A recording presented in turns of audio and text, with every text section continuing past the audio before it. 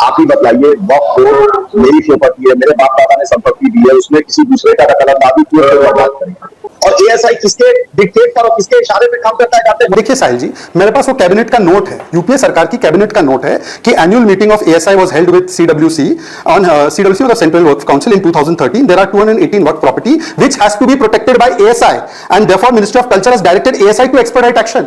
मतलब कि इन्हीं की सरकार ने, जिसमें अवैसी साहब ने सपोर्ट किया था, उन्होंने इस प्रोसेस को लेजिटिमाइज किया कि भाई एएसआई की प्रॉपर्टी वक्फ के कब्जे में नहीं रह सकती. तो मुझे गाली देने से कोई फर्क नहीं पड़ता. दूसरी बात पे आना चाहता हूं. अभी किसी ने कहा कि मेरे बाप दादा की जमीन है, मेरे बाप दादा. अरे भाई, हमारे बाप दादा का चले तो विजयपुरा में किसानों की जमीन ले ले, ताजमहल को क्लेम कर ले, आर्म फोर्सेस की जमीन क्लेम कर ले, 1500 साल पुराना शिव मंदिर क्लेम कर ले, महाकुंभ की जमीन क्लेम कर ले, हम लोग सूरत में म्युनिसिपल हेडक्वार्टर क्लेम कर ले. हमारे बाप दादा का चले तो गुरुद्वारा की जमीन क्लेम कर ले. ऐसा नहीं चलता ना भाई.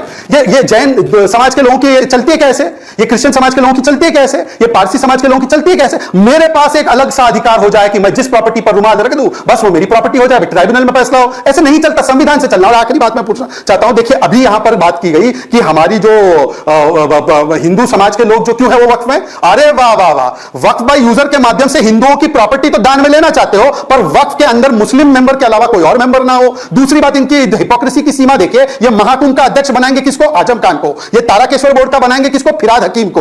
और टेंपल टैक्स भरता है कोई? एक मस्जिद टैक्स भरती है क्या? कोई चर्च टैक्स भरता है क्या? टेंपल टैक्स भरता है. और हिंदू एंडोमेंट के बॉडीज में भी बहुत सारे नॉन हिंदूज रहते हैं. कहीं आंध्र में, कहीं और तेलंगाना में, कई जगहों पर ऐसी व्यवस्था है. तो मुझे लगता है कि इस प्रकार की सोच इतना मत दिखाइए.